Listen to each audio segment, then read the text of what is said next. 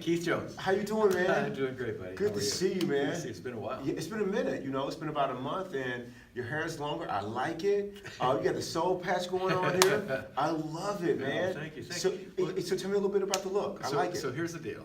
I saw Tim the last time we were all together and we did a podcast here, and he had the George Clooney thing going. Right? Yeah, he's looking good. Yeah, and I love the goatee and the mustache. I don't think I can pull that off. So I thought, well, shoot, I'll just try something like this and see what happens. It looks good on you, man. Hey, thank you. You can pull anything off. No, I'll get out of here. You can.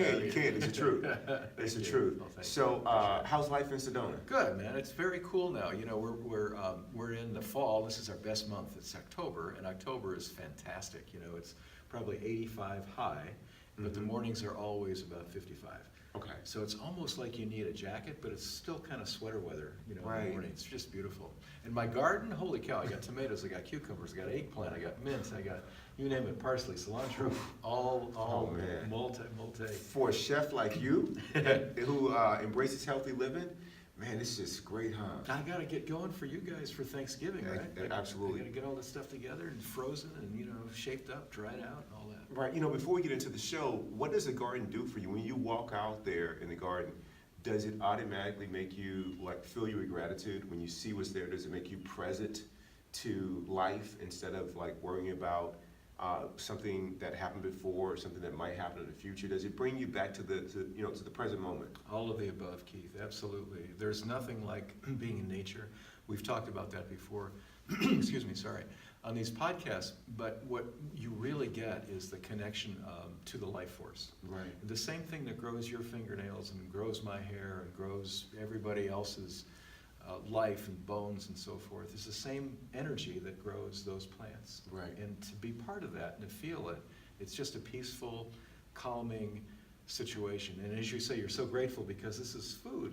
You know exactly what water's gone in, what soil amendments have been used. You know exactly how clean the food is, and what you do with it is totally up to you. And it's just a beautiful circle, beautiful feeling of growing it, nurturing it, harvesting it. That leads us to the show. So today's show is going to be all about the things that you can do and that we do on a daily basis to keep us rooted in the present moment, which is all that we have. And just some of the things we do. So, you just mentioned one in that example about the garden. Well, let's talk about you. What do you use? First of all, I just have these great teachers. We talked about the long list of them. Eckart Tolle, Tara Brock, Wayne Dyer, and they all talk about the only moment we have is the present moment. The past is something that we can't change. The future is really an illusion. I mean, it's okay to have goals that help direct your efforts and your work toward what you might want to achieve, but in the end, the only thing you have is the present moment. And in that moment, if you tap into your higher self and recognize that you only have this moment, you can really minimize suffering to really create a pretty amazing life. So the teachers I have are the first stop for me to remind me of the present moment. And one of the teachers is Dr. Amit Sood, and he's a doctor at Mayo Clinic, and he's really into mindfulness and stress-free living. And one of the things he talked about to keep you in the present moment is to create novelty in your day. Huh. And so in novelty, what I try to do with that is look at things as if I'm seeing them for the very first time. Oh, yes. Because it would captivate my attention and keep me right in the present moment. So when I meet when I meet up with someone, it could be a friend that I've known for 20 years, I try to notice something about them that could be different. Oh, wow. Whether it's their facial expression, they change their hair color, they cut their hair, they're wearing a different shirt than the last time I saw them. Something about them that keeps me in the present moment instead of worrying about, a traffic ticket that I might have gotten before I arrived to meet up with them. Or it could be something I'm worried about or stressed about, anxious about, that's in the future. So instead of all those things, I try to create novelty. When we're out skiing, it's easy to do it in those kind of environments because it's so beautiful. You're on vacation, Well, that is a novelty. and it is a novelty in itself. So those are kind of easy to do. But in the past, I wouldn't do that. I'd be like, hey man, how many runs did we get in? We need to get, it's only half the day. We still got 10 more runs. We got to get in to make this trip be worthwhile. Just living for the future instead of being right there in the moment. So I gave that up.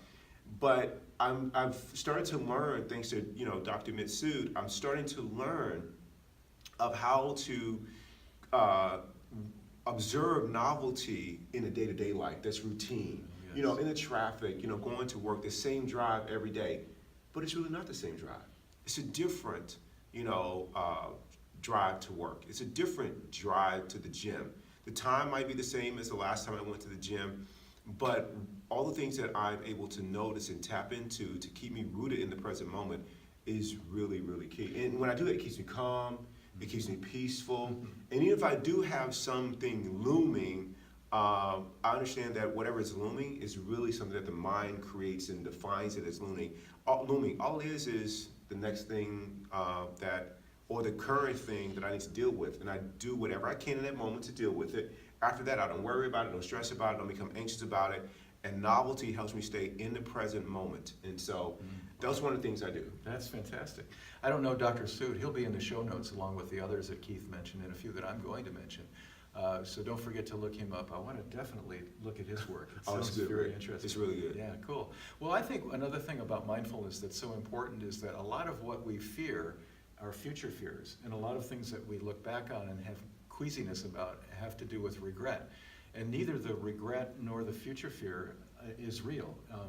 It is your construction of that Right. and making you feel a certain way. Mm-hmm. But in order to do that, you have to give up living in the present moment. We all do it. I mean, I still do it, but I catch myself. And if you can do that, I think you'll find that you'll have much more of a calm and peaceful way about you. For example, let me give you an example. Let's suppose that you've got a big exam or a book report or a case to present or a presentation to make in your work.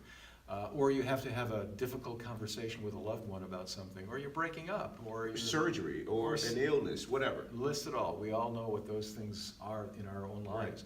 You have a couple of different ways of looking at it. As Keith said, you can do everything you can to prepare and be present in that moment while you're preparing. But every time that you give up an opportunity to be peaceful in your own life in this moment, because you're thinking about something in the future, you're making a mistake and you're creating more anxiety for you. Same thing with the past. There is no past. You can't go back and correct anything except when you have the opportunity maybe to do an apology if it's Right. still ongoing, or you send a letter explaining what happened, or you clear your mind and clear the difficulty. But after you do that, once you've done what you can to prepare and to remedy it, you're done. That's all you can do. And all you can do at that moment when you're done is to rest in the present moment. If you waste your present moments, which is the working unit of your life, looking in the future, being afraid, or looking in the past and being regretful, you'll miss your life. You totally will, and there are so many people that do it. They live for the next vacation or the next milestone event in their lives, whether it's their wedding, children's wedding, the birth of their children's having children. It's always the next thing that they're looking forward to, and in between all of that is a bunch of living that can be done that most people don't do. Exactly. They just kind of move from point A to point B and missing all the beauty along the way or lessons along the way. And so I really try to, this current year has been really dedicated to doing that because I realized how much living I really missed out on. And I've had a really good life, but man, it could, I guess it could have, but I'm just making an observation. I could have been more present to it, could have been more alive in it, and I definitely could have been a better person to be around during those moments because I've been fully engaged. So I got a question for you, and the question is when you catch yourself, and that's your mind or the ego in default mode, ruminating about things that could happen, worried about things, anxious, when as you point out, the first thing is awareness, to catch yourself. That you're doing it. That you're doing it. Yeah. Because we do it, it's a default mode, it's human beings, it's what we do, it's automatic. what do you say to yourself that is part of your training that keeps you in the present moment? What do you say to yourself when you catch yourself? Sure. 3 things I do automatically now. It took a long time to develop this, but this is what works for me. You can try it, and if you guys have any suggestions of what you do, I think both of us would love to hear them. Absolutely. Because this is always a work in process. So the first thing I do is breathe. When I am hit with an anxious thought, I just take a couple of breaths and not hurry them. Just take a couple of breaths and hold for a second and then let it out. Okay, now you're ready to maybe think about it. The first thing I ask myself is, I know it's a real thought, but this is the harder question. Is it true? It's definitely real. Right, because you feel it. Right. But is it true? For example, okay, I'm going to have surgery tomorrow, and what if I die on the table, or what if they cut the wrong leg off, or what, whatever the anxiety, all the what ifs. All the what ifs. So that's a real fear, but are any of those things true? Right. Well, anything is possible in the world. The sun might not come up tomorrow, but we don't worry about it. Right. Why? Because the percentages of it happening are so low, and there's no control that you have over it, so you must give it up. So the first thing is the awareness with the breathing. Okay, the second thing is it true? And then thirdly, okay, let's assume that the worst happens. What the worst possible outcome? Then I ask myself this, and then what? Right. And then what? And you keep asking yourself, and then what? Okay, I have a test and I blow it, and I flunk out. I flunk the test. And then what? Okay, I do poorly in that. What does that mean? Well, when you get to the analysis, you'll really find out that not much. Mm-hmm. Not much. It really turns out that your fears are usually based on a judgment about yourself and about the way that you want to look or the way that you want to appear to others. Right. And when you catch yourself doing that over and over again, like I have, I start thinking, well, what the heck? Am I living my life to make sure I look good to other people? And the answer usually is yes. And you gotta get out of that, because it's not their lives. It's yours. I totally agree. So those are my 3 steps. Yeah, so, mine are right up there with yours. When I catch myself and I'm aware of it, I don't beat myself up for it, because that's not helpful, and it's living in the past, something that's already happened. So all I can do now is just focus on, like I said, the novelty, and I go through the list, and like you just did, ask myself the question when this thought comes up in my head, is this true? And if it is there anything I can do to control it? Most times, no, I can't. And so I accept it, and then I just move on from there, and I replace that thought with something powerful that's going to empower me, that's going to bring me back to the present moment. And normally, the one thing that does that for me immediately, gratitude. Yeah. I go right into gratitude. I don't care how bad things seem and what my mind is telling me, and again, most of what your mind tells you is untrue. I go right back to, okay, so everyone has chosen to discontinue their membership, or, they no longer want to have a friendship with me, or this business deal that I thought I had hoped that would happen, it's not going to actually come through. I just go back to, man, okay, that is what it is, but here's what I'm grateful for. That's right. And as soon as I get back to gratitude, man, everything changes. And it brings me right back to the present moment. And that brings up something I think that's really important, not only about gratitude, but about what life wisdom really is. And Seneca, a philosopher, a Greek philosopher, who's also known to be a Stoic, a founder of the movement that basically preaches self-reliance and understanding the world, and understanding what the limits are, and also understanding some of your limits are not actually limits. Seneca said that one of the things that is really, really important in life, and probably the most important to a calm presence in life, a calm determination in life, is understanding what you can control and doing everything in your power to control and bring about an outcome that you want. Right. Hopefully that's the greatest good for the greatest many, not something selfish. Right. And the difference between that and knowing what you cannot control, in which case you have to learn and practice letting go. You just have to let it go. And that's very difficult in our culture, because we're always tampering. We're always trying to tinker with things. And the trick is to figure out, really, do we have options here or do we not? Right. And if you have options, you do your best, greatest good for greatest many. If you don't have any options, you just got to let it go. Right.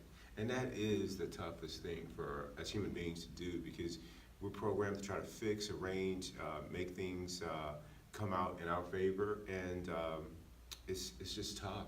And I found the only way that you can really have any success in that area is to, as you pointed out, is to train yourself. You got to train the mind, and true. you've got to beat on it as if it's a skill and a craft to become really, really good at it. And you cannot let up. That's right. And I think one thing that gets lost in this analysis sometimes is the reason why we do a lot of that is because we have opinions about everything that happens in our lives. Everything.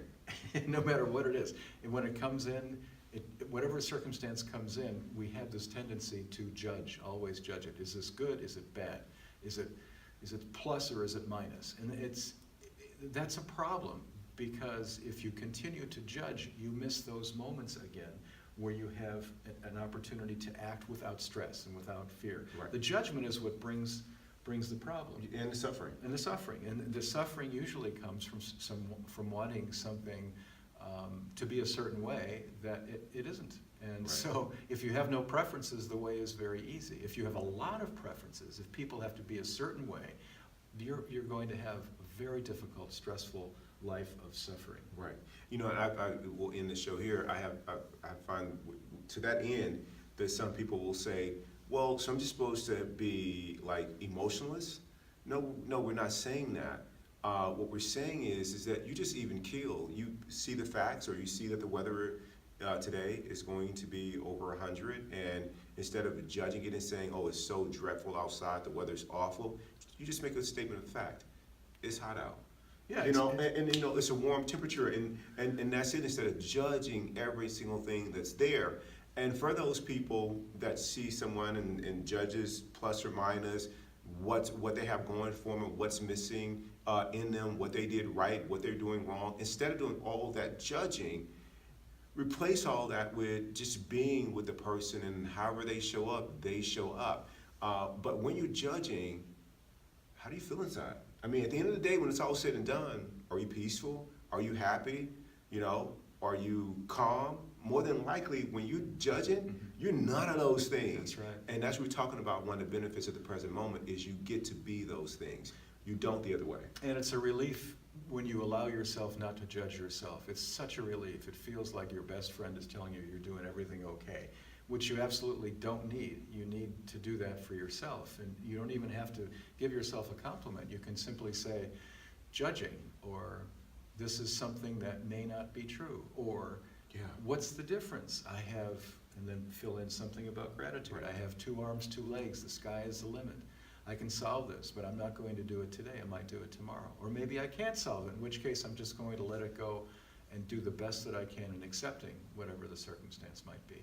And all of the emotions, love and joy, and all of the things that give us a richness in our humanity, all of those emotions are always in play. You're never going to quell those, even when you take a mindfulness approach where there's no judging and Absolutely. Focusing on the moment. Yeah, those rich emotions are always going to be right Always there. And you have great access to them. And you have better access to them because I think you feel more joyful, you feel more peaceful.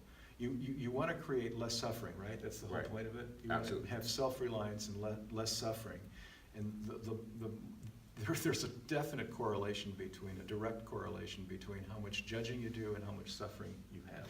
Right. Oh, no doubt. I think that's true. But yeah, if you want less suffering, you want to be more alive in the present moment, be more loving, peaceful, calm, then the key is to give up judging, be grateful, and all of that will flow. And it comes down to how you choose to spend the present moment. And most people Well said. don't choose to use it wisely. That's it. And that's what we want to share today. So Rick, you gave some great tips about how you go about it. Hopefully everyone out there in the audience finds something useful from this podcast, because we really want you to have a life in which you are present for yourself, for your loved ones, and you're just loving and giving and of service to everyone.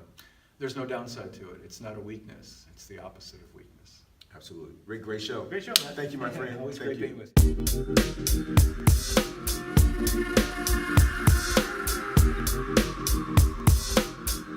you.